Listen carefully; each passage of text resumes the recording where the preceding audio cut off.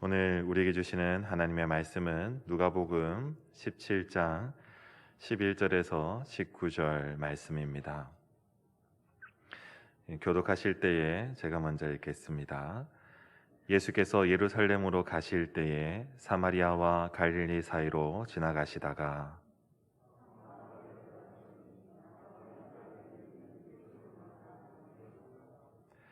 소리를 높여 이르되 예수 선생님이여 우리를 불쌍히 여기소서 하거늘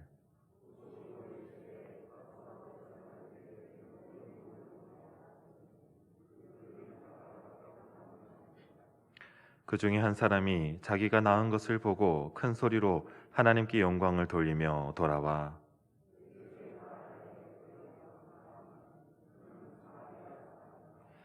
예수께서 대답하여 이르시되 10사람이 다 깨끗함을 받지 아니하였느냐? 그 9은 어디 있느냐?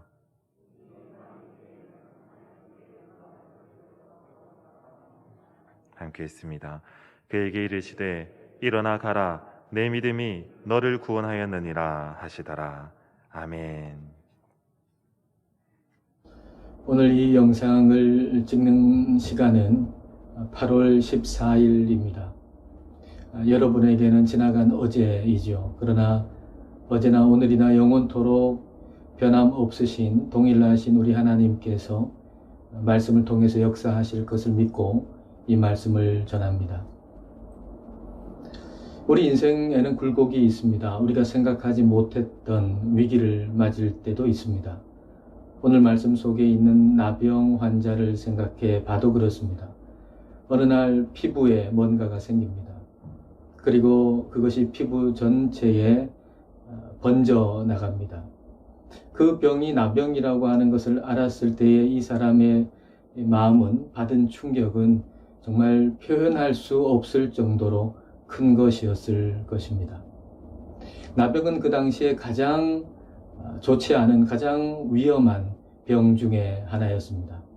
어떤 병은 가족 간의 관계를 더 깊어지게 하는 병도 있습니다. 서로 간의 관계가 소원했지만은 어떤 한 사람이 병들 때 가족 간의 유대감이 더 깊어지는 병도 있습니다. 그러나 나병은 그 모든 관계까지도 다 빼앗아가는 무시무시한 병이었습니다. 가족으로부터 격리되어야 하고 마을로부터 고향으로부터 격리되어야만 하는 병이 나병이었습니다. 이와 같은 병에 걸린 10사람이 함께 살고 있었습니다. 그리고 이들이 예수님을 만나게 되지요. 자, 오늘 말씀 12절과 13절 말씀입니다. 한 마을에 들어가시니 나병 환자 10명이 예수를 만나 멀리 서서 소리를 높여 이르되 예수 선생님이여 우리를 불쌍히 여기소서 하거늘. 예수님을 만났지만 그 거리를 좁힐 수가 없었습니다. 그래서 멀리 서서 이야기를 하는 거죠. 외치는 것입니다. 예수 선생님이여 우리를 불쌍히 여기소서. 근데 여기에 선생이라고 번역된 헬라어 단어는 에피스타테스라고 하는 단어입니다. 이 에피스타테스라고 하는 단어를 선생님이라고 번역을 해서 좀 오해를 살 수가 있는데요. 이 단어는 영어로 번역하면 티처가 아니라 마스터입니다. 그러니까 모든 것의 머리, 주인이 되신다는 얘기죠. 그러니까 이 10명의 나병 환자들이 예수 선생님이여 우리를 불쌍히 여기소서라고 하는 것은 예수님께서 이 모든 만물의 주인이시니까 그 주인이신 예수님께서 우리의 질병도 다 낫게 해 주실 수 있다라고 하는 고백이 되는 것입니다. 10명의 나병 환자가 이렇게 부르짖으니까 예수님께서 어떻게 하시나요? 14절 전반절 말씀입니다. 보시고 이르시되 가서 제사장들에게 너희 몸을 보이라 하셨더니 예수님께서 10명의 나병 환자들에게 말씀하세요.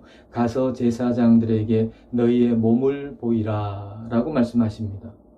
먼 거리였으니까 예수님께서도 소리치셔서 이렇게 말씀하셨겠지요. 10명의 나병 환자들이 기대하는 방법은 아니었습니다. 아마도 이 10명의 나병 환자들은 예수님께서 그들에게 가까이 오셔서 손을 대시고 또 낫게 해 주실 것을 기대했을 겁니다. 그러나 예수님께서는 먼 거리에서 이들에게 말씀을 하신 거죠. 가서 제사장들에게 너희 몸을 보이라고 말씀하셨습니다. 제사장에게 몸을 보이라라고 하는 것은 이제 마을로 들어가기 위한 공식 절차입니다. 우리가 기숙사 같은 공동생활을 할 때에는 결핵 검진 확인서 같은 걸 제출하지 않습니까? 그렇듯이 이제 나병에 걸렸다가 나은 사람은 이 사람은 이제 완전하게 건강해져서 우리와 함께 살 수 있다라고 하는 그런 증명이 필요한데 제사장에게 가서 몸을 보인다고 하는 것은 그와 같은 것을 공식적으로 인정받는 그런 시간인 겁니다. 그런데 이 10명의 나병 환자들은 아직 병이 낫지 않았습니다. 그런데 예수님께서 제사장에게 가서 몸을 보이라고 말씀하신 거죠. 이 10명의 나병 환자들이 어떻게 하나요? 자, 14절 하반절입니다. 그들이 가다가 깨끗함을 받은지라. 그들은 예수님께서 하시는 말씀을 그대로 행동에 옮겼습니다. 그리고 가다가 그들이 깨끗함을 입은 것을 발견하게 되죠. 이때 이들의 모습을 한번 생각해 보십시오. 자기들의 손에 있는 나병이 없어지고 깨끗함을 입은 자기들의 손을 보았을 겁니다. 그리고 자기의 얼굴은 볼 수 없으니까 상대방의 얼굴을 보면서 얼굴이 깨끗해졌다라고 하는 것을 서로 확인해 주었을 겁니다. 얼마나 기뻤겠습니까? 서로 부둥켜 안고 기뻐서 어쩔 줄을 몰랐을 겁니다. 그리고 얼마나 감사했을까요? 생각해 보십시오. 그 상황에서 감사하지 않을 수가 있겠습니까? 그 큰 병에서 나음을 입었으니까 이 10명은 예외 없이 다 감사하는 마음을 가졌을 겁니다. 그러나 그 감사하는 마음을 표현한 사람은 오직 한 사람밖에는 없었습니다. 자, 15절과 16절 말씀입니다.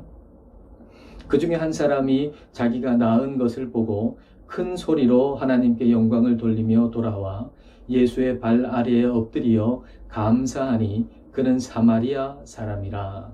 나병에서 나은 이 한 사람의 사마리아 사람은 큰 소리로 외쳐서 하나님께 영광을 올려드리고 예수님께로 돌아가서 그 예수님 발 앞에 엎드려 경배합니다. 그리고 그 감사를 표현하지요. 감사하는 마음을 행동으로 나타낸 것입니다. 우리는 감사하는 마음을 가지고 있죠. 하나님께 감사하는 마음을 가지고 있습니다. 그러나 그것으로 그쳐서는 안 됩니다. 그 감사하는 마음을 표현해야만 합니다. 그 감사하는 마음이 우리의 행동으로 나와야만 하는 것입니다. 간혹 오래전에 썼던 글을 읽을 때가 있죠. 얼마 전에 아주 오래전에 쓴 글을 우연히 읽게 됐습니다. 그 글은 2007년도 2월 3일에 쓴 글이었는데요. 그해 1월 달에 있었던 사건을 거기에 기록해 놓은 것이었습니다. 1월 말 차를 몰고 집으로 가고 있는데 극동방송을 틀었습니다. 근데 그 극동방송에서 설교가 나오는 거예요. 본문은 말라기서였습니다. 그 설교하시는 목사님이 말라기서를 설교하면서 11조에 대한 이야기, 또 봉헌에 대한 이야기를 하면서 감사 제목을 이것저것 늘어놓으면서 그렇게 헌물을 하는 그런 얘기를 하는 거예요. 근데 제 마음속에 그 얘기를 들으면 내가 이런 것도 감사하고 저런 것도 감사하니까 내가 하나님께 감사를 표현해야 되겠다. 하나님께 감사 헌금을 드려야 되겠다. 이런 마음을 가지는 것이 맞는데, 근데 그때 제 마음속에는 그런 생각이 드는 것이 아니라, 아니 이분이 뭐 이런 감사 저런 감사를 막 나열하면서 감사 헌금을 너무 강요하는 것이 아닌가, 그런 생각이 드는 거예요. 이 목사님 너무 헌금을 강조하네, 너무 헌금을 강조하는 설교를 하네 라는 그런 좀 마음이 제 마음속에 들었습니다. 근데 그 순간에 제 어깨 이 뒤쪽에 갑자기 통증이 오면서 오른팔을 도무지 쓸 수 없는 상태에 이르렀어요. 조금만 움직여도 아픈 거예요. 갑자기 그랬던 거죠. 그래서 왼손으로 조심조심 운전하면서 집까지 안전하게 갈 수 있을까 하는 그런 염려하는 마음이 제 마음속에 생겼어요. 근데 그렇게 집으로 가는 도중에 제 마음속에 하나님께서 이렇게 말씀을 하시는 거예요. 지난 1월 달 한 달 동안 내가 너에게 베푼 은혜를 생각해 보아라. 지난 한 달 동안 내가 너에게 베푼 은혜를 생각해 보아라. 그 해 1월 달은 진짜 저에게는 힘든 시간이었는데, 근데 그 힘든 시간 이상으로 하나님께 받은 은혜도 컸습니다. 그 은혜를 생각하면 내 모든 것을 다 하나님께 드려도 부족한데, 제 마음 속에는 그런 감사하는 마음보다는 오히려 그것에 대해서 거부하는 마음, 이상한 마음, 악한 마음이 들고 말았던 것이죠. 이 일을 겪고 처음에는 참 두려웠습니다. 하나님께서 너무 구체적이시고 너무 세밀하시고, 그리고 정말 내 생각을 다 아신다고 하는 것을 이론이 아니라 실제로 경험하게 되니까 굉장히 두렵더라고요. 내가 생각하는 이 모든 것을 하나님이 다 아신다라고 할 때 얼마나 두려운 마음이 들었는지 모릅니다. 그런데 조금 후에 제 마음속에 감사하는 마음이 밀려왔어요. 아, 하나님께서 이렇게 세밀하게, 이렇게 정확하게 내 생각을 아시고 내 마음을 아시고 나를 지도하시고 인도하시고 지키시고 보호하신다라고 하는 걸 생각하니까 제 마음이 얼마나 감사했는지 모릅니다. 하나님께서 우리의 생각과 마음을 다 아세요. 하나님께서는 여러분을 정말 세밀하게 인도하시고 정말 세밀하게 여러분을 인도하시는 분이 우리 하나님이세요. 우리 하나님이 우리를 인도하신다라고 하는 것은 이것은 이론이 아니라 실제예요. 우리 하나님은, 크신 하나님은 우리를 참으로 사랑하시고 우리를 의의 길로 인도하시는 분이 우리 하나님이십니다. 그러므로 우리는 늘 이것을 기억하고 감사해야만 합니다. 그리고 그 감사하는 마음만 가지고 있는 것이 아니라 그것을 우리의 행동으로 나타내야 하는 것이죠. 행동으로 옮겨야 하는 것입니다. 지금도 그렇게 하시는 분이 있는 줄 압니다만은 여러분 여건이 되시면 매 주일 감사 헌금을 하나님께 드리십시오. 물론 이것만이 하나님께 감사를 올려드릴 수 있는 유일한 길이라는 말은 결코 아닙니다. 그렇게 하실 수 있으면 여러분 그렇게 매주일 감사 헌금을 드리십시오. 그러나 그것만이 유일한 길은 아닙니다. 감사 일기를 쓸 수도 있겠죠. 그리고 그 감사 일기를 가족이나 또 우리 순원들과 같이 함께 나눈다면 더 좋을 것입니다. 그리고 한 영혼을 위해서 시간을 정해놓고 기도하고 그리고 전도한다면 그것 역시 나를 구원하신 하나님께 감사를 행동으로 옮기는 것이 될 것입니다. 중요한 것은 감사하는 마음만 가지고 있는 것이 아니라 그 감사가 행동으로 드러나야 한다는 것입니다. 감사하고 감사를 행동으로 옮기는 것은 우리에게 유익한 일입니다. 하나님을 위해서, 예수님을 위해서 그렇게 하라고 하시는 것이 아니라 우리를 위해서 우리 주님께서 그렇게 우리가 하기를 원하시는 것입니다. 그래서 우리를 사랑하시는 우리 주님께서는 우리가 감사하는 마음을 표현하지 않을 때 괘씸해하는 것이 아니라 안타까워 하시는 것이지요. 자, 17절과 18절 말씀을 봅시다. 예수께서 대답하여 이르시되 10사람이 다 깨끗함을 받지 아니하였느냐? 그 9은 어디 있느냐?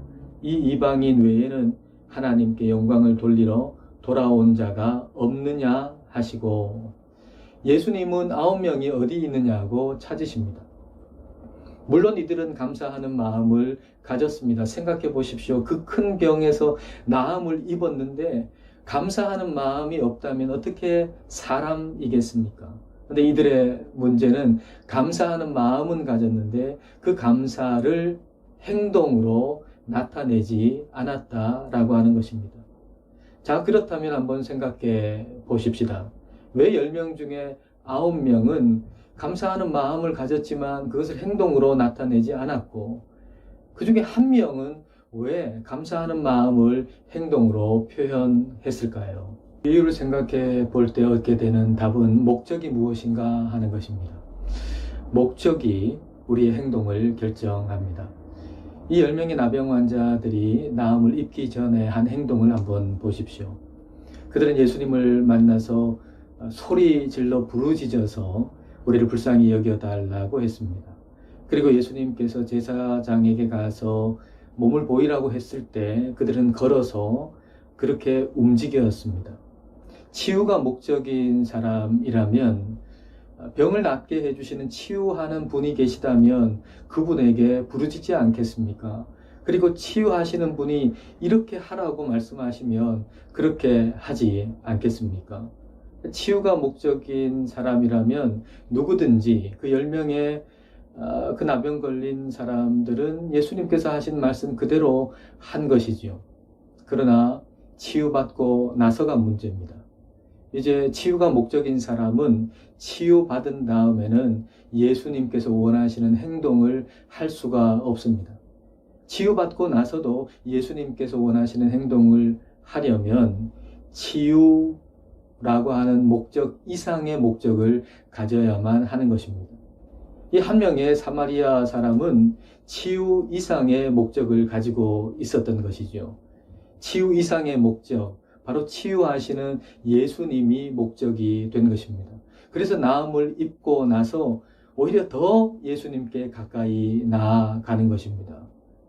다른 사람들은 치유가 목적이니까 치유받고 나서 오히려 예수님과 멀어졌는데, 이 한 사람의 나병 환자의 목적은 치유하시는 예수님이었기 때문에 치유받은 다음에 더 가까이 예수님께 나아가서 경배하고 감사를 표현했던 것입니다. 그러자 예수님께서 이 사마리아 사람한테 뭐라고 말씀하시나요? 자, 19절 말씀입니다. 그에게 이르시되 일어나 가라, 내 믿음이 너를 구원하였느니라 하시더라. 10사람이 병이 나왔는데 그 중에 한 사람만 구원을 받았습니다.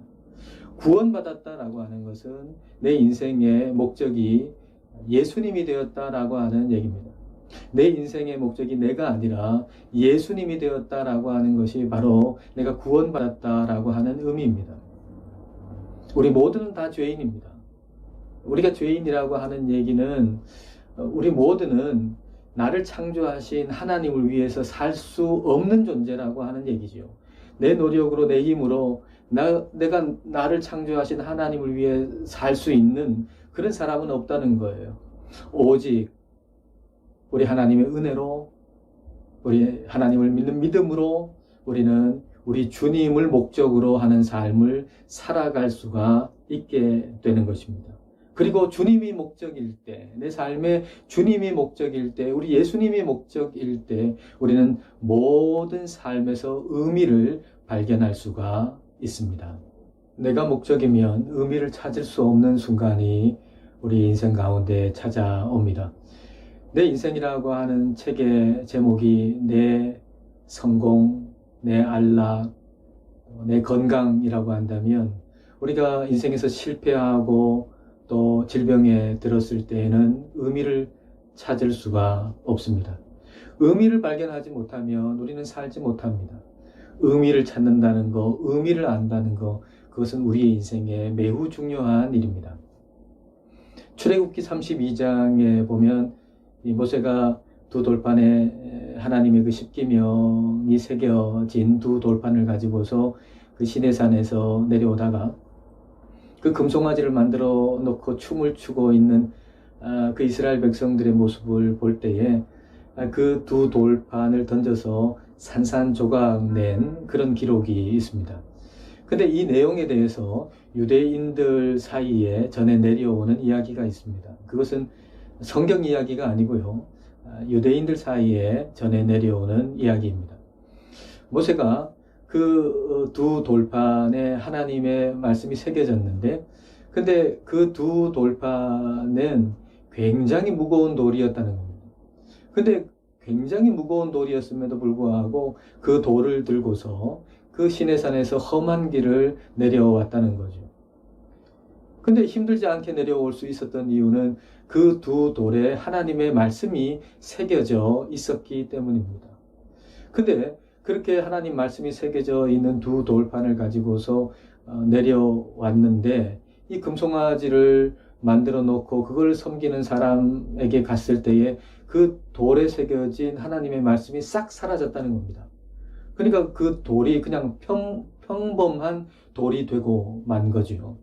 그러니까 그게 너무 무거워가지고 더 이상 들 수 없어서 떨어뜨리게 되고 그것이 깨져버리고 말았다라는 이야기입니다.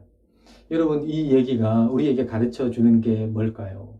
우리의 인생에 참 힘들고 어려운 순간이 있지만 우리가 의미를 알고 있으면 그것을 충분히 견디고 이겨낼 수 있다는 걸 우리에게 가르쳐 주는 겁니다.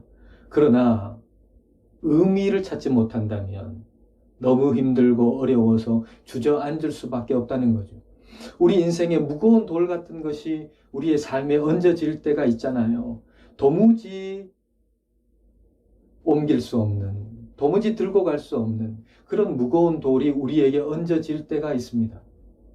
그런데 그 의미를 우리가 알면 우리는 힘겹지만 그 모든 것을 이겨낼 수 있습니다. 그러나 그 의미를 모르면 우리는 결코 그 모든 것을 감당할 수가 없는 것입니다.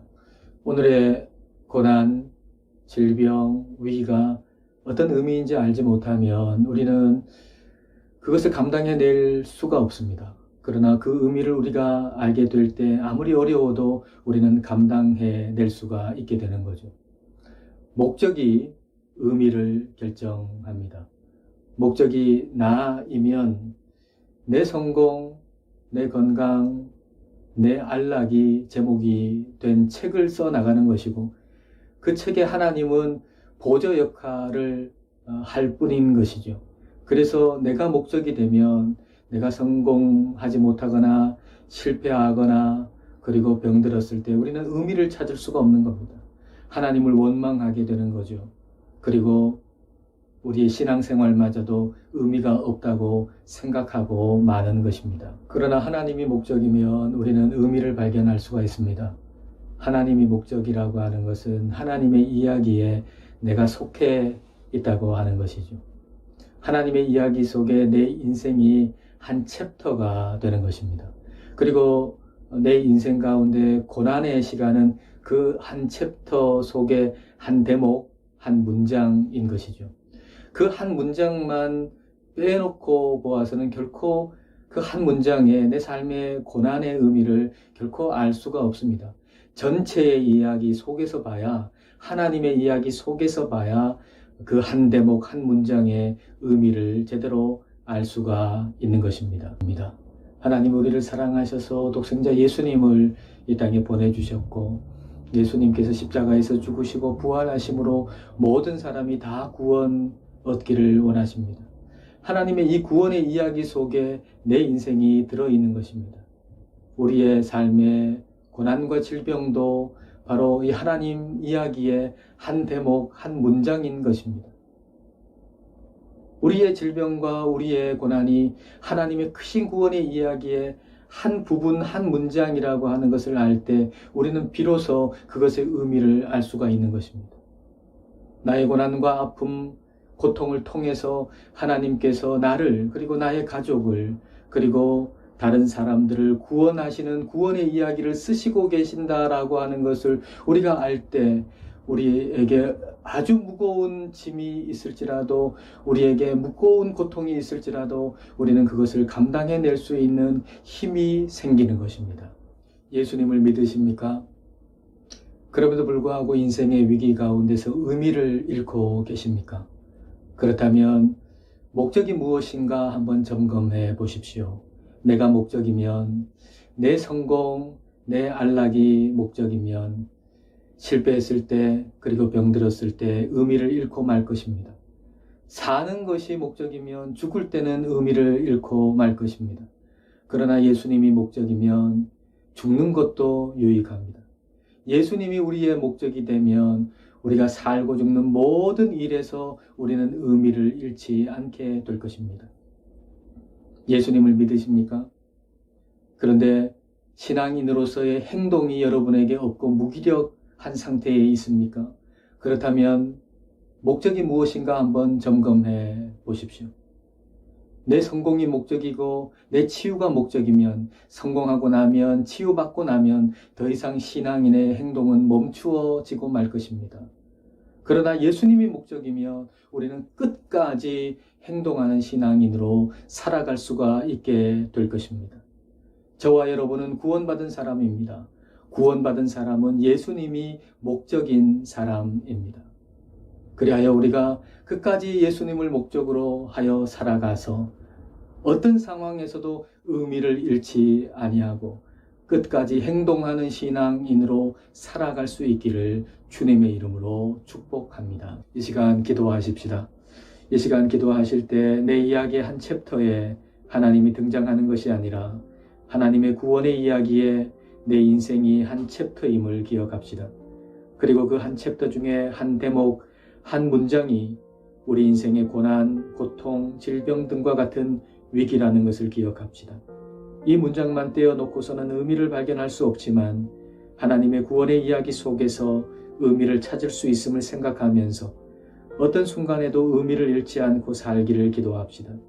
그리고 성공, 치유, 안락 같은 것이 목적이 되어서 예수님을 믿는다고 하면서도 행동하지 않는 신앙인으로 전락하지 않기를 기도합시다. 사마리아 사람처럼 감사를 행동으로 옮기게 해달라고 기도합시다.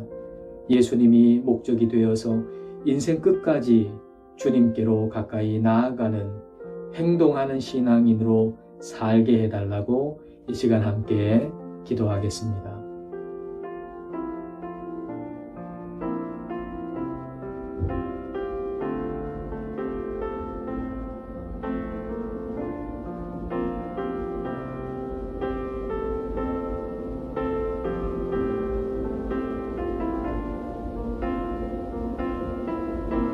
우리 인생의 전부를 다 아시는 하나님 아버지, 하나님께서 저희에게 한없는 은혜를 부어주셔이건만 저희는 그만큼 감사하지도 못하고 또 감사한다고 해도 그 감사를 행동으로 옮기지 못했습니다.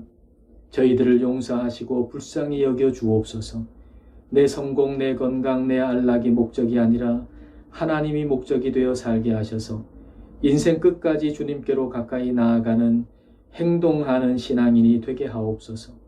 또한 내 이야기에 하나님이 보조 역할 하는 것이 아니라 하나님의 이야기에 내가 한 부분임을 기억하게 하셔서 한 부분만 떼어내서 볼 때 결코 알 수 없는 의미를 하나님의 위대한 구원의 이야기 속에서 찾을 수 있게 하여 주옵소서. 그리하여 어떤 위기와 어려움 속에서도 의미를 잃지 않는 신앙인이 되게 하여 주옵소서. 예수님 이름으로 기도드립니다. 아멘.